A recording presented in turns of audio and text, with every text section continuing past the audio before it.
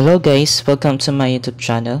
In today's video, I'm gonna teach you how to use the formal theme book. Let's jump right in.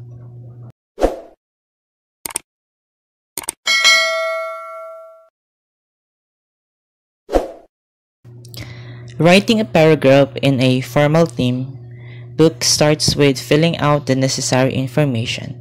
Make sure to write your name, grade, section, date, formal theme number, aim, and reference, and title at the top of the page.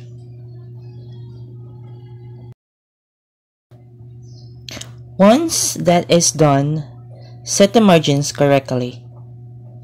1 inch on the left side and 1/2 inch on the right side of the page. Remember, 1 inch on the left side and 1/2 inch on the right side of the page. This will ensure your writing is neat and easy to read. Before starting your paragraph, remember to put a 1-inch indentation before writing the first sentence.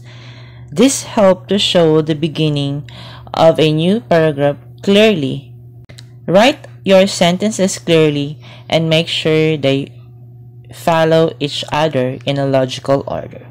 And make sure it is neat and tidy.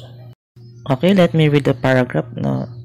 Naisulat ko na yung paragraph. I follow all the rules and I filled out all the necessary information.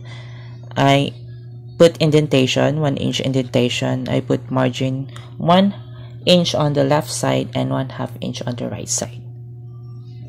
And make sure after you have written your first paragraph, don't forget to put a space in between paragraphs and do the same steps in writing your second paragraph.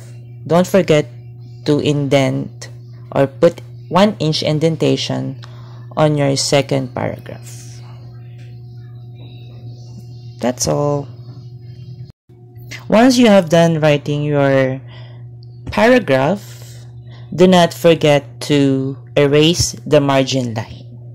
So to make your formal writing neat and clean and pleasing.